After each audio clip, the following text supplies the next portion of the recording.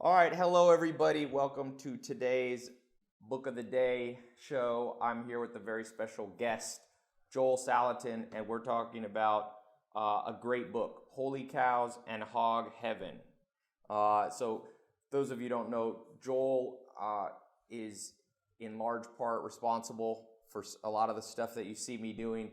When I was 18 or 19 years old out of high school, I went with Joel and did an apprenticeship, which is somewhat like a mentorship. It's like a mentorship with a lot of hard work on a farm. So, how are you, Joel?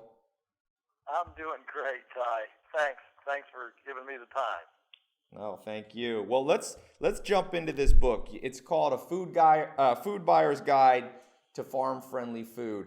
I want to jump in with this. I just got off the phone a couple hours ago with Richard Dawkins, who wrote the book The Selfish Gene. And you may have heard of him.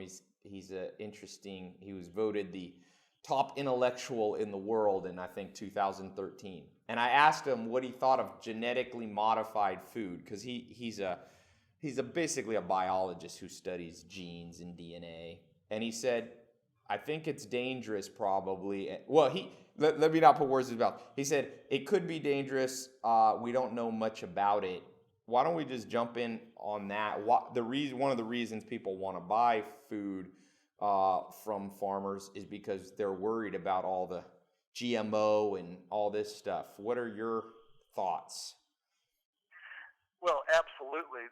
In fact, every day we're seeing more and more failures, I should say, in the mechanically paradigmed food system as opposed to biologically paradigmed, and that mechanical idea is is manifesting itself. I mean, we have a whole new lexicon today of words that anybody who's older than 40 doesn't ever remember hearing in grade school. We never heard the words, Campylobacter, Listeria, E. coli, Salmonella, let alone, bovine spongiform encephalopathy and gluten intolerance, food allergies. If you wanted to get together with friends, you just brought food. You didn't have all these other issues to deal with.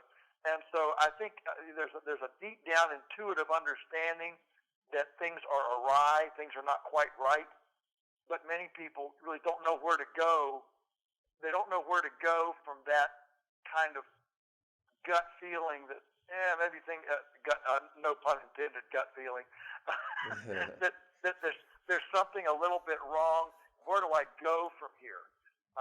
And so I wrote this little book basically for seekers who are trying to figure out, okay, something's not quite right. What is it, and where do I go from here?